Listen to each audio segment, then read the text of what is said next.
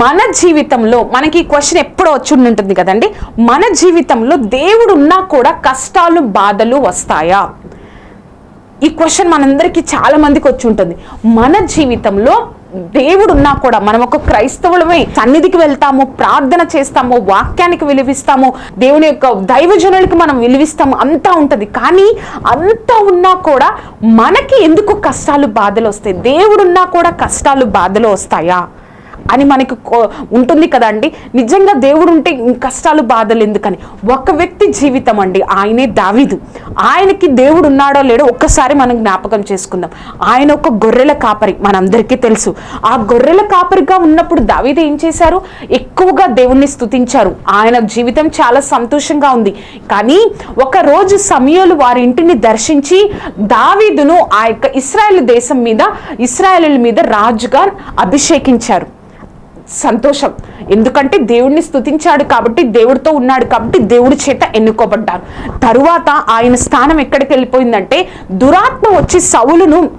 ఆ దురాత్మ వచ్చి సౌలు దగ్గరకు వచ్చినప్పుడు ఆ దురాత్మను వదిలించడం కోసం, ఆ దురాత్మను తీసివేయడం కోసం ఈ యొక్క దావీదు వచ్చి ఆ యొక్క వాయిద్యాలు వాయిస్తూ ఉన్నప్పుడు, ఆ సంగీతాన్ని పాడుతూ ఉన్నప్పుడు ఆ దురాత్మ సౌలుని వదిలిపోయేటట్లుగా అటువంటి స్థానాన్ని తర్వాత దావీదుకి దేవుడు అనుగ్రహించాడు.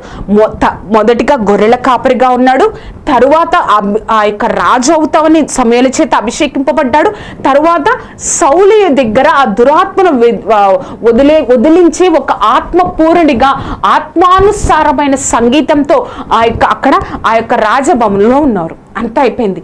తర్వాత గొప్ప విషయం ఏంటి అంటే, దావీదు గొలియాతును చంపాడు కదండి, మనందరికీ తెలుసు. ఆయన యొక్క స్థితి మారుతా ఉంది. ఒక గొర్రెల కాపరి రాజభవనంలోనికి వచ్చాడంటే దేవుని యొక్క హస్తం లేకపోతే రాదు. అంతేకాకుండా యుద్ధమే తెలియని ఆ యొక్క దావీదు గొల్యాతును చంపాడంటే దావీదు జీవితంలో దేవుడు ఉన్నారు. ఇటువంటి దావీదు జీవితంలో ఆ గొల్యాతును చంపిన దగ్గర నుంచి దావీదుకి కష్టాలు మొదలయ్యాయండి. అప్పటి నుంచి సౌలు అతని మీద విషపు చూపు చూడడం ద్వారా, అసూయ కలిగి ఉండడం ద్వారా ఏం జరిగిందంటే, ప్రాణ భయముతో ఆయన ఒక ప్రాంతం నుంచి ఒక ప్రాంతానికి వెళ్ళారు. ఇప్పుడు దావీదు జీవితంలో దేవుడు ఉన్నట్టా లేనట్టా అండి? ఉన్నట్టే కదా. ఆ యొక్క 40 రోజుల నుంచి ఫిలిస్తీయులు ఆ యొక్క గొల్యాతును తీసుకొచ్చి ఆ యొక్క ఇజ్రాయెల్ ప్రజలను భయపెడుతున్నప్పుడు ఎంతో మంది ఇజ్రాయెల్ ప్రజల్లో ఎంతో మంది యుద్ధ వీరులు ఉన్నారు, యుద్ధ ప్రావీణులు ఉన్నారు, ఎంతో మంది బలాఢ్యులు ఉన్నారు.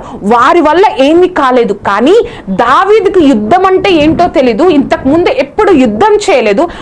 ఆ యొక్క దావీదు వచ్చి గొల్యాతును చంపాడు అంటే దేవుడు తోడే ఉంటేనే కదా అండి గొల్యాతును చంపాడు. అటువంటి గొల్యాతును చంపిన దావీదుకి కష్టాలు వచ్చాయి, బాధలు వచ్చాయి. దేవుడి తోడున్న దావీదుకి కష్టాలు బాధలు వచ్చాయి. అవును కదా అండి. ఎందుకు ఇటువంటి పరిస్థితి గుండా దేవుడు దావీదుని తీసుకెళ్లాడు? ఎందుకు ఈ విధంగా ఇటువంటి భయంకరమైన పరిస్థితి, ఎందుకు అన్ని కష్టాల గుండా బాధల గుండా దేవుడు తీసుకెళ్లాడు?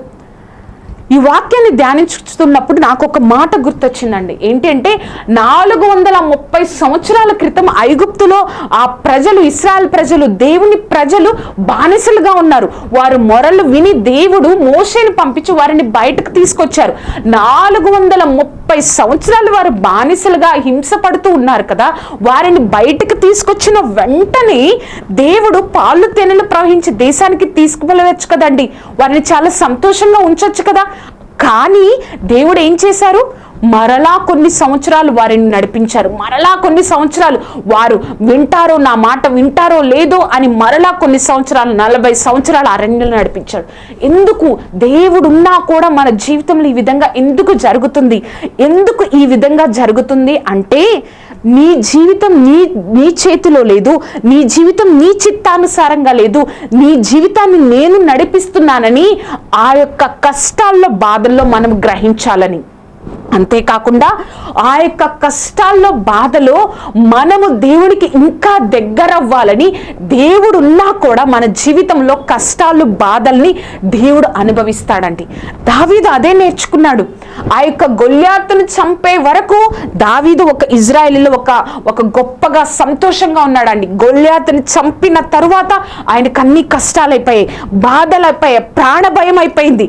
కానీ ఎందుకు అంటే దేవుడికి ఇంకా ఇంకా దగ్గరగా జీవించడం కోసం, ఇంకా దేవుడు మనల్ని ఆయనకు దగ్గరగా జీవించాలని, నేనున్నాను నీకు అని నిరూపించడం కోసం, నేను నీ కోసం నిలబడతాను, నువ్వు నా వైపు తిరుగు అని చెప్పడం కోసమే దేవుడున్నా కూడా దేవుడు మన జీవితంలో కష్టాలు బాధలు ఉంచుతారు.